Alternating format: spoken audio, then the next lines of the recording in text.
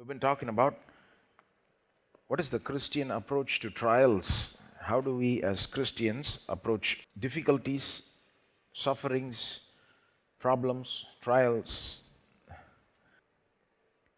As we know, you can't avoid trials absolutely. They are an inevitable part of this life. The New Testament very clearly teaches, Jesus says, in this world you will have tribulation. Peter says, don't be surprised when the fiery trials come. He says, don't be surprised. And so trials come.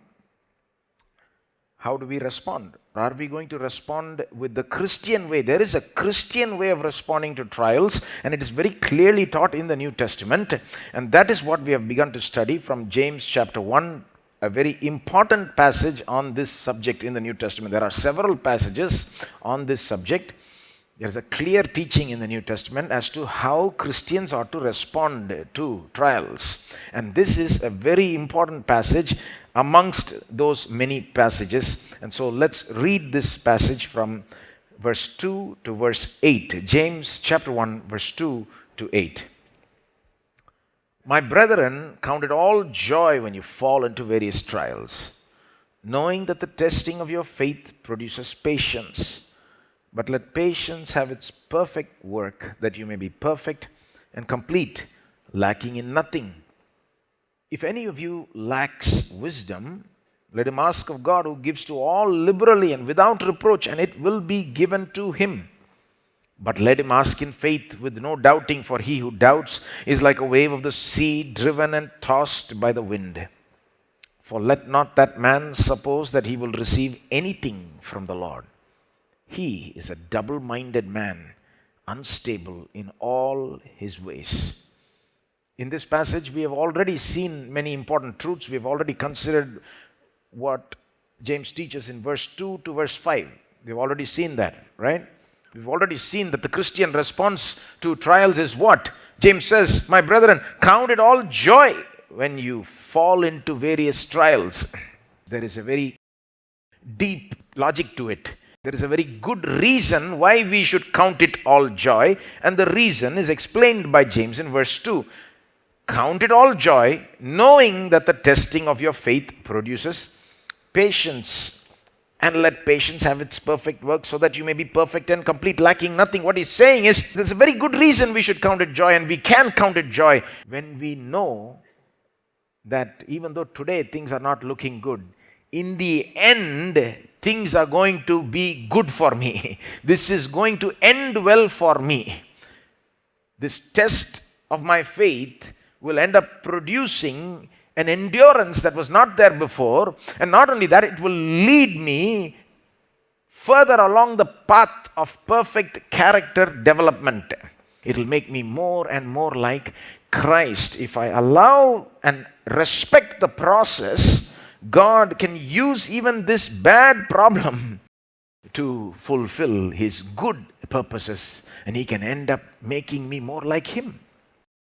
So we've seen all that. We've also seen verse 5 where James anticipates that even though he has taught the way and even explained the logic, still to embrace this way and to actually apply this Christian way in the middle of a problem is very, very difficult. And that's why verse 5 is there. How do you move forward even though many things come and try to get in the way of you actually applying this teaching from verse 2 to 4? You solve it by having one thing, and that is wisdom. If you get this one thing called wisdom, that will help you solve every complication. That's the beauty and the depth and the breadth of wisdom, right? When God's wisdom is with you, you can pass every obstacle, defeat every challenge, move ahead, apply this way, and actually count it joy and respond in a different way and become better and become more mature and all that. Everything will happen if you got wisdom. James is trying to say, if you ask God for wisdom, you will surely get it. Everybody say, I'll surely get it. So if you go to this God and you ask for this thing, which is wisdom, you will surely get. You will get lots of it, and that will help you move forward. This is what we've seen so far. Now today we are going further along the passage. From verse 6 to 8 is what we're going to cover today. What are we going to see today? What are these verses about? So far up to verse 5, he has been describing how things go if they go well. If all goes well, if you approach the trials in the right way, in the Christian way, and if you get wisdom and you're able to do this and actually apply it, the testing of the trial, the problem is not just a problem, it's a test. And the testing of your faith will actually produce some good thing inside of you which was not there: endurance, perseverance, steadfastness, patience. And if you keep respecting the process and keep honoring God's ways, and keep asking for wisdom and just allow the process to continue, you will be further along the road to perfect character development. It will lead you to become more and more mature. If all things go well, it will go in that path and it will end well for you. That's what we've seen so far. But in verse 6, 7 and 8, James now addresses the problem of what if all doesn't go well? What if the reverse happens? The problem comes, the trial comes, the difficulty comes, the suffering comes, and instead of approaching it in the right way, perhaps something else happens. And instead of going along this path and getting a good ending, something else happens. You go on an opposite path towards a bad ending. All right? What if that happens? Now, what James is doing in 6, 7, and 8 is he is realizing that, practically speaking, in the Christian life there are many tests and many trials. It's not just, one test or one trial. Every time a problem comes, it's like a test, it's like a trial, right? And so sometimes as believers, some believers fail some tests. Is that true? Or are we going to say, no, here all of us are all pass, we are all pass and we are 100 out of 100, 100%. We passed with flying colors in every test and every trial. I don't think that's true. The truth of the matter is, the practical reality on the ground is that there are tests and trials where some believers or even many believers sometimes fail. They don't, it doesn't go in this route. The trial, the testing of their faith doesn't end up producing patience. It ends up bringing out their anger. The testing does not end up with them becoming more perfect in character. The testing ends up rather with them becoming more bitter and discouraged and something else. That happens sometimes to some believers. Some tests turn out bad. And James knows that. He's a practical teacher. We told you, remember this you can't find a practical book like the book of James in the New Testament. It's so practical, down to earth, and he really knows what people go through. So he recognizes that when he comes to verse 5, he has given the good way, but he knows that some people are going to end up in the bad way, or some people are going to end up failing some of these tests in reality, and he wants to address the people who fail these tests of faith. Now let me clarify something. I'm not talking about, he's talking about people who fail in life. No. We're talking about these individual tests and trials that come to us, individual problems, right? It's one thing to fail in a specific problem that you are going through. It's another thing to fail in life on the whole. There's a big difference. A true believer in Christ can never fail in life on the whole. It's impossible. If you're a believer in the Lord Jesus Christ and you're a true believer and you hang on to Jesus, it is impossible for you to fail in the end. You will triumph. His victory is the guarantee for our victory. So we're not talking about the final exam and the promotion. We understand that very well, right? Final exam, the promotion that comes in the end. I'm talking about students in school, right? That's the final result. We're not talking about that. We're talking about those little tests that come along the way, right? Life is like that. The Christian life on the whole, you can say it's a test. On the whole, every believer will pass, will succeed, because Jesus will not allow them to fail. On the whole, all right? But there are individual tests along this path where there is failure. There is a disappointment. Things don't happen according to verse 2 to 4. You don't end up producing patience and becoming more perfect and mature. It goes completely different sometimes. And James realizes that there are believers, some believers, and it's probably happened to him. He's not perfect either. I'm sure he failed some tests. He's not Jesus. Right? And these failures in certain tests can become stepping stones to success. If you learn from your failure, you can succeed the next time. Right? If you really learn from your failure, you can succeed the next time a test comes. And so what he's doing here in 6, 7, and 8, he wants to address those who have failed some of these tests. It's like after the exam results are out, he's calling the people who have failed and taking them separately, and he wants to speak to them. He wants to focus on them. He doesn't want to leave them out. He doesn't want to just encourage and congratulate the winners, the ones who passed. He also wants to help the ones who have failed. And so that's what verse 6, 7, and 8 are about. We'll look at it. I think this is going to be useful for those who say, yeah, I've failed some of these tests. If you're one of those people, and I think there's a lot of us who can say at least we have failed one or two of the tests, right? If people are there like that, and you say, well, yeah, I think sometimes I don't see this happening. Testing of your faith produces patience and me becoming more perfect and complete and all this. I've failed in sometimes in this matter, If you say that, I think this message is going to help you a lot. It's going to help the ones who have failed. Even the ones who have failed miserably in certain tests and certain trials of life. This is going to help. But it's also going to help the people who have barely passed. Do you know that category? There's one category who failed miserably, right? In the exams. There's another category who barely passed. If you ask them, how did you pass? They themselves don't know how they passed. They just basically scraped through. If you keep the same exam with the same questions again also, they may not pass. So that kind of category, the barely passed category also, this message will be very helpful. Right? Because guess what? Another test is coming. If you want to pass that also, you better get this kind of thing right. So it's going to help the miserable failures. It's going to help the barely passed. It's also going to help the passed with flying colors. You know why? Because Christians who pass with flying colors, they're not happy just by themselves passing. That's one thing about us Christians, right? We're not happy if we alone do well. We also want our brothers and sisters to do well. So we can't just say, yeah, I passed with flying colors, so this message is not for me. No, I think we can learn a lot from this. What James is about to teach us here in 6, 7, and 8.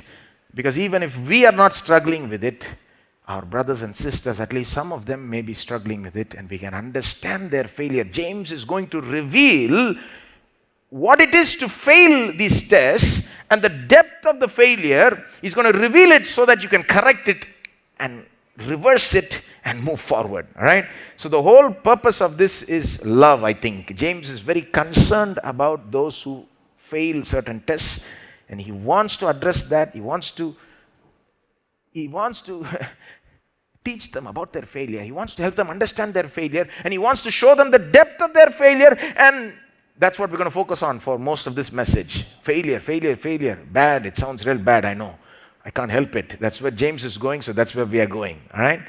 But it's going to be good for us. It's going to help us. So our bulk of the time will focus on understanding this failure and the depth of this failure. And then in the end, I want to give the solution which James points out in his book. Let's begin. So let's try to understand this failure. What does failure in these tests look like? What does it mean to fail in this test of faith? First, let me say what is not failing in these tests. What does not count as failure in these tests of faith? Let me clarify that. Because sometimes we think something is a failure, but it's actually not a failure from God's perspective. Right? For example, some people think just being surrounded by problems, that itself is a failure. They think they failed there itself. Because life seems to be going well, smoothly, then suddenly one problem comes, second problem, third, fourth, fifth, then 10 problems, surrounded with problems on every side. They look at that itself as a failure, as though they failed. Because that's how sometimes the world sees. But that is not a failure. Like we said earlier, Jesus himself said, you will have tribulation. There will be fiery trials sometimes due to circumstances and all these reasons. That does not count as failure in the eyes of God. Just being surrounded with new problems, all kinds of problems, is not failure. Other people can think like that, but we cannot, as Christians, think like that's not failure. Another example. Sometimes we think, I have not done anything wrong, but this has happened, that has happened. Why it has happened? Maybe I have failed in some way miserably. Right? We see the very presence of bad things happening, the very fact that bad things are happening when we have done nothing wrong, we see that as an indication of some failure on our part. Not necessarily. There are many times when you may not do anything particularly wrong, and yet you may be facing all kinds of problems. It's a simple thing, but people have trouble understanding it, right? They say, how can bad things happen to good people? Right? How can bad things happen to good people? If bad things are happening, then they must be bad. Sounds right, but it's wrong. If bad things can never happen to good people, then how did the cross happen?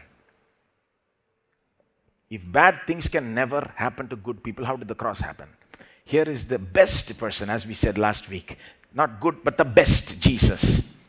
And the worst happens to him on the cross. Not only to Jesus, Jesus is the supreme example.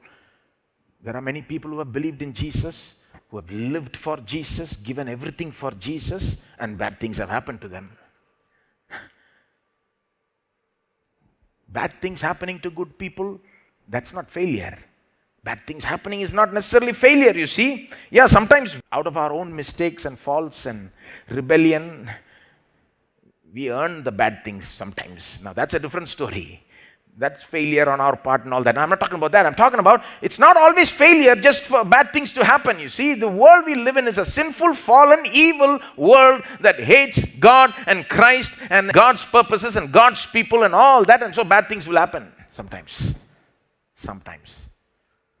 That's not failure. In the eyes of God, it's not failure. In the eyes of the world, the cross may have been a failure. Not in the eyes of God. Another thing that's not a failure, if it happens that sometimes, unusually people, sometimes out of no real fault on their own, sometimes for the sake of Christ or due to other circumstances, people lose many worldly blessings, earthly blessings. You know what I mean? They didn't do anything wrong, but sometimes due to certain reasons, they lose their wealth, they lose their status, they lose their honor, they lose their... Is that failure? Losing your wealth, your status, your honor, you didn't do anything wrong, but you lost it due to certain reasons, either for the sake of Christ or because the world is such a mess, you lost it. Is that failure in the eyes of God? It's not. Again, I say, look to the cross. They stripped away the clothing of Jesus. They made him hang in shame. The world may have looked at that and said, utter failure. That's not failure. Losing every earthly blessing, even if that happens, that's very rare. Even if that were to happen, is not failure. It's not failure. Another example of what is not failure in these tests. Lacking in wisdom is not failure. If you say, I'm going through a problem, I don't know what to do, I'm confused, I have no idea what to do, I don't know what next step to take, that's lacking in wisdom, but that's not failure. That's what he addressed in verse 5. If anyone lacks in wisdom, let him ask God and he will receive. So that's not failure. You may say, well, if all this is not failure, then what only is failure? Let me tell you what failure is. Failing these tests of faith. What does that mean? Number one, what is failure? Showing or revealing a serious lack of faith. That is failure. Showing or revealing a serious lack of faith. A very big lack of faith. Not lack of wisdom, but lack of faith. I want you to look at what James says in verse 6. Let's look at verse 6. After saying, if anyone lacks wisdom, let him ask and get it, he says in verse 6, but let him ask in faith, with no doubting. For he who doubts is like a wave of the sea, driven and tossed by the wind. What is he saying? He's saying, if you lack in wisdom, that's not a problem. Just ask and get it. But you got to ask in faith, with no doubting. So what he's talking about is a lack of faith. Now let me try to clarify what James means. He's not here describing a person, a believer who has faith and has doubt occasionally. Sometimes, rarely, there is doubt. Doubt creeps in and he's sometimes plagued by doubt. He's not talking about that kind of believer, where the believer has faith and he stands on his faith, but sometimes doubt creeps in and sometimes he doubts. Occasionally he doubts. James is not talking about that person. James is not talking about a believer who has faith but not perfect faith. There are faults in his faith. There are some faults in his faith. He's not talking about that kind of person in verse 6 as the one who doubts like a wave of the sea, right? Because nobody has perfect faith. Even Abraham, you take Abraham, the prime example and model. New Testament tells us to learn faith from Abraham, right? He's the great example of faith. Even Abraham occasionally had doubts. He doubted the promise of God sometimes. I think you know the story, right? So if you take what James is saying as, this person must ask in faith with no doubting, he can never doubt, not even once, never should he have doubts. He's not talking about that. If he's talking about that, even Abraham will come in that category. Right? And if Abraham is coming in that category, how will the next verse be true? For let not that man suppose that he will receive anything from the Lord. No, it's not talking about people like Abraham who had strong faith, but occasionally, sometimes they doubted. No, it's not talking about that. Then who is this text describing here? James himself helps us understand by giving us that illustration. He says, let him ask in faith with no doubting. Now, what does he mean by that? Look at the next line. For he who doubts is like a wave of the sea, driven and tossed by the wind. Now, you need to get this picture right. We who are in Chennai, we know the sea. I mean, we're on the seashore here. And so we go to the beach and we like looking at the sea and we are used to seeing waves, right?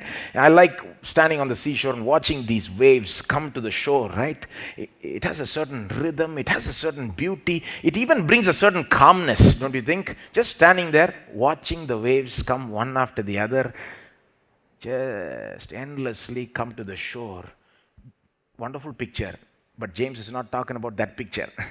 I say that purposely because when he says wave of the sea, we should not think of watching in the Chennai beach, watching the waves coming shore. No, that's not the picture he has in mind. The picture he has in mind is different. It's not a very beautiful picture. It's a different picture. Imagine that you're not on the seashore, but rather you're in the middle of the sea and you're on a boat. And the boat is going smoothly. Sea is calm. But then suddenly the wind starts blowing, beating.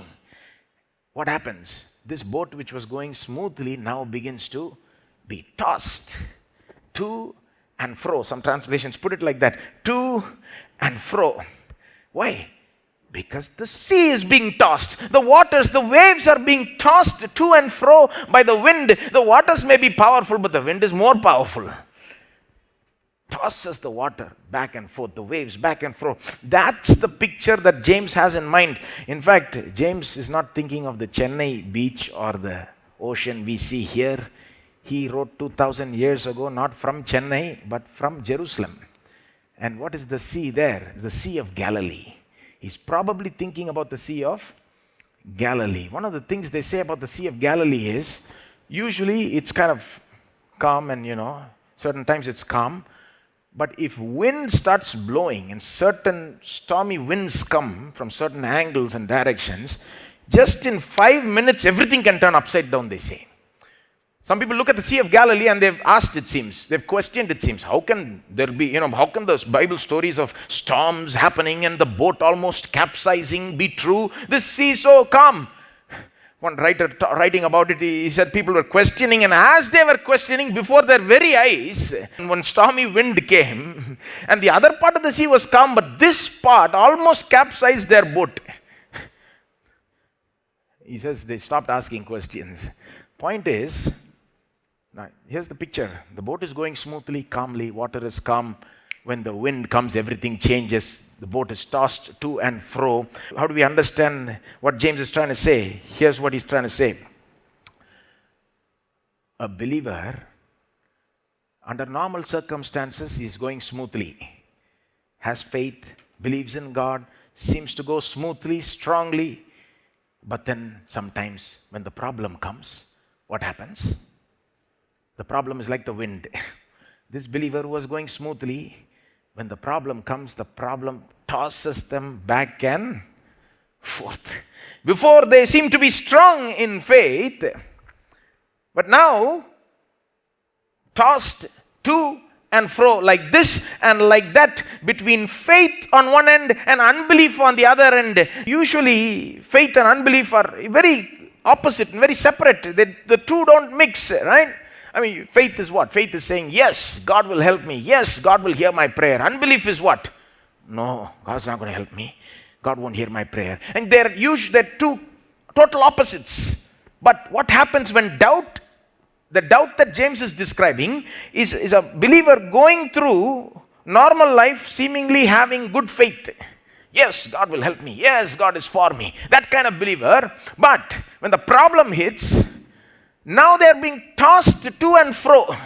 1 minute they're saying, yes, God will help me. The other minute they're saying, God won't help me. And this is not an occasional thing. Throughout the midst of the problem, they are like this.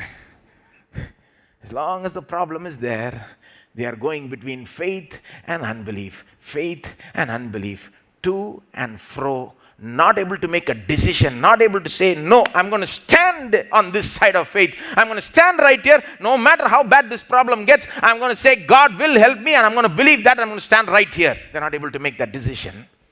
He's talking about that kind of believer who's just tossed to and fro by their problem. Constantly going between the two positions of faith and unbelief. Not able to decide one or the other. Not able to stand in one place. It's one thing to be undecided for a while. That happens to everyone in a way.